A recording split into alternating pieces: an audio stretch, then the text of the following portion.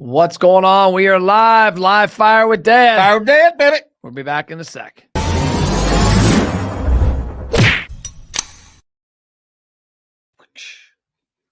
So I put on the image. You got to make sure the mic's close to you. Hello. Oh, No, go this way. That way it's right near you. okay. I put on the image of a little guy dabbing on the thumbnail for the episode here. The graphic goes out. Yeah. You know how to dab? No, I have no idea what that is. Dabbing is where you go like this. It's almost like a COVID sneeze, but it's a cool thing. Like, the athletes will dab on people. Okay, whatever. So you're not a dabber? I've never heard of it before. Okay. I guess I'm not a dabber. So Dad's not a dabber. So we're going to talk. I'm a cadaver. Cadaver. It might be a cadaver lately. Later. That's a cadaver. Oh, cadaver. Okay. So now you're talking about dying. That's good to know. So let's talk about music. So dabbing came from dancing and music and hip hop. And I mean, you're a big Lil Wayne fan, right? Lil Wayne? No, I'm a Beach Boy fan. Oh, Beach Boys fan. Okay. And Rolling Stones. Which, by the way, look how much taller I am than you. You are not. Look at that. Like, That's right because here. you got fancy shoes on. Probably wearing high heel shoes. Dude, I am like skying over you. Well, what can I say? I'm just. If you're out there in when internet you, when land, you get my age, all of a sudden you start getting smaller. If you're out there in internet land, does it look like Shaq over top of Kobe right here? Not quite. Yeah, pretty impressive. I'm a very, very intimidating stature of a man. I know. I'm intimidated like hell, baby. Okay, so Beach Boys music. Let's talk about music because I grew up, and I'll paint the scene. And it was a weird childhood sometimes because on Sundays you had this thing. You had this reel to reel. Reel to reel. I was just going to say Akai reel to reel, AKA. You'd have the reel to reel up, and then 6 hours of the Beach Boys. You'd be running around the bedroom and the house with the Beach Boys playing all the time. And then we went on our road trip to California. I don't know what grade. I think I was in 8th grade. Well, Sam was a senior. So Sam was senior. I was 8th grade. You guys got us out of school for 3 weeks. We drove cross country and tent camp there and back. And on the way there, you had just bought the cassettes from an infomercial of jamming to the oldies. And the one song I remember is the Camp Winoka song. What was that? I say I remember it now. I forgot.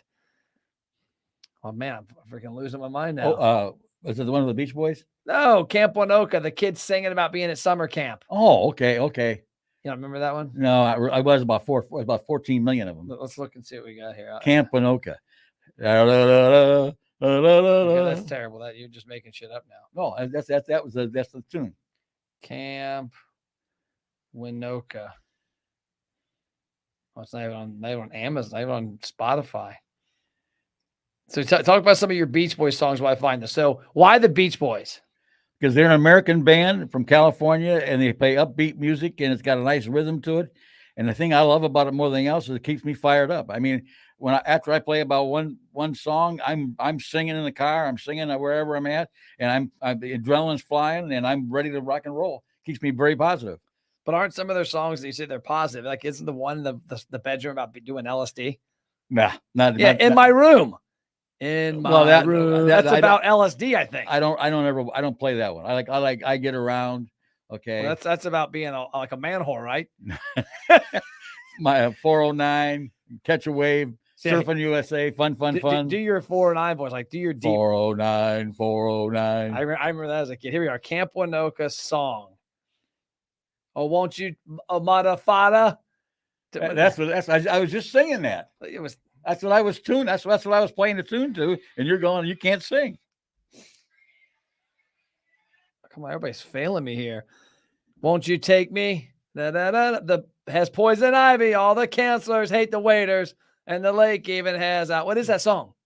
Alligators. Camp. Take me, oh my mother, father, don't leave me out in the forest where Jesus, you can't sing either. Get eaten by a bear. But that was one of the songs, and you played these damn cassettes over. We drove to California. Like, what the hell? Why did we drive to California? Because I didn't want to fly. We had a family meeting. We had a choice. I had to take our camper, or we could take a tent. Hold on, we had a family meeting. So you actually asked for Sam and I's input? Yeah. We all voted, except for Mom, to take a tent. What did Mom vote? Wanted to take the travel trailer. And so we had the Astra van hooked up to a trailer, and we loaded it with our tent, all sorts of tents, and we tent camped. I just remember listening to the jamming with the oldies back then. So tell about the Beach Boys. What else? What are your other favorite bands? What's your all-time favorite song right now? If I said Surfing USA. Okay, let's see if I got something on you. Surfing USA.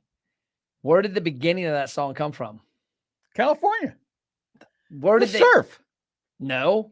Where did they steal the beginning of that song from? I have no idea. And you call yourself a Beach Boys fan? Yeah. They stole the beginning of that song from Little Richard. Oh, well, probably wrote half their songs. No, he didn't write the song. You don't know this shit? Well, I do know this. Brian Wilson, okay, wrote an awful lot of the Beatles tunes. Okay, you don't know how they got to be in that song? No. Now somebody's gonna probably Google and I might be wrong, but I'm almost positive I'm not. That. Little Richard was in jail because he had an underage girl working at a bar he owned, and she was prostitute.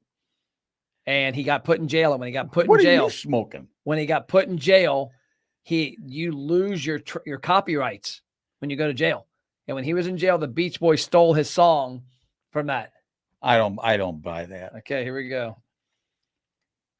Little Richard and Beach Boys song intro, Jail. Half of the Beatles tunes were written by Chuck Berry and by Brian Wilson for the Beach Boys. Landmark copyright case. Let's see, Little Richard Jail. I'll do that one. Little Richard Jail. Little Richard Jail. In one instance, he got caught. You don't think of Little Richard. Who is it? Who was the guy? Chuck Berry. Chuck Berry. That's who it was. Chuck Berry went to jail. And that's where they stole the song from. I can believe that because they played a lot of Chuck Berry's tunes. Okay, well, they stole his shit. Well, now, granted, he was in jail for having a prostitute work at I guess 15-year-old girl work at one of his restaurants back in the, what years were that within? With the 50s, 50s, late 60s, early 60s. What was it like living back then? Because like today, it seems fantastic. You didn't have all this garbage with all this woke stuff, and you didn't have all the garbage with the cops everywhere. You didn't have all the, when you called your banker, you wanted to make a loan, you did it on a handshake. You didn't have to fill out 42 forms to make a loan for 10 cents. Yeah.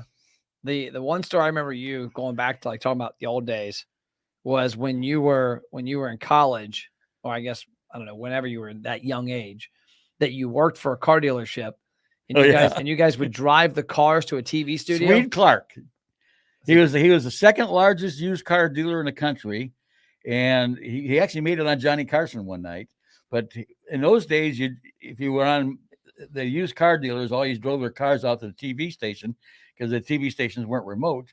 So on Saturday night matinee, you drive 20 cars out to the TV station, and then you run them through the thing on commercial break. And they'd interview this car here's got this, that, and that, and the other thing. And the Swede Clark would sit there with a microphone in his hand and whatever. Well, I'm driving a car out there, and I get to the one road, and you can't see the sun was setting, and you couldn't see anything because the sun was right in my eyes. So I drive across there. Some guy was doing about 90 miles an hour, hit the back end of my car, spun me around about 5 times. The only thing that happened to me was, thank God, was my glasses fell off. Well, Swede Clark was in his Rolls Royce right behind us. Damn.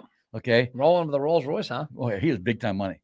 And he gets out of his car, walks up to my car, gets me out of the car. He asked me if I'm okay. I said, yeah. He said, the rest of the night, you just kind of stay with us. So I sat in his Rolls Royce all the way out to WKRC or WREX TV or whatever it was in Rockford, Illinois. Was it a W? Because I thought most of the stations on that side of the Mississippi were like a K. No, W. It was W, okay. WREX, okay. And so I sat in his Rolls Royce and went in and out, and then I actually drove some cars back. How old were you? 16. See, I think those days would be unbelievable to live just because there was not all the bullshit you got to deal with today. There was no bullshit. Like everybody's all concerned about everything you do now. So there was no politically correct stuff, unpolitical. You just did your thing and did whatever you wanted to do. Here you go. Famous times artists stole. Let's see what the headline of this is. 5 times famous musicians stole from Chuck Berry. Number 1. Beach Boys, Surfing USA, 1963. So your year was way off. That's the early 60s. I thought you said 50s. No. Okay, Internet Land. Did he say 50s or 60s? I said 50s. If you're listening, he said 50s or early 60s. Oh, there we go. Logan with the cha-ching. We had Logan in here last week doing Bill Clinton. Logan, you got to come and do Bill Clinton again. Yeah, right. So why not? You can't come in and do it. It was Bill Clinton. I know. The Beach Boys hit is essentially Chuck Berry's Little Sweet 16 with new lyrics penned by the Beach Boys leader, Brian Wilson, and singer Mike Love, who was unaccredited. Wilson liked how Berry's lyrics named key places in U.S., that the song gave a shout to California, blah, blah, blah. We ran the Chuck Berry in Copenhagen. He told us he loved Surfing USA, but he didn't stop from demanding his cut. I don't really go much. So there you go. Oh, the number 2 time Chuck Berry was stolen from. Who stole his? Probably Beach Boys again. The Beach Boys. Fun.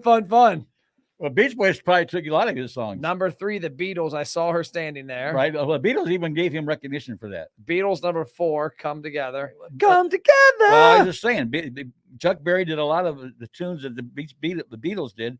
Chuck Berry wrote. Okay.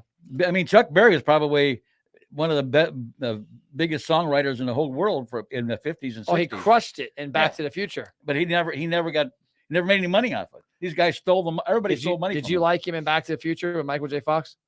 I wasn't in Back to the Future. It was with Michael J. Fox. I don't remember that. Wait, maybe that was. You remember they went back when they got in the DeLorean and went back in history? Yeah. And he was talking to his like, Chuck, you got to hear this. Maybe it was. I'm joking. It was a movie. That was it was a makeup of his brother, and Michael J. Fox was playing that guitar. Oh, okay. And he played it on the phone. So I almost had you there. Yeah, right. Almost. Okay, so Beach Boys. What else? What are your other? My wife loves Neil Diamond.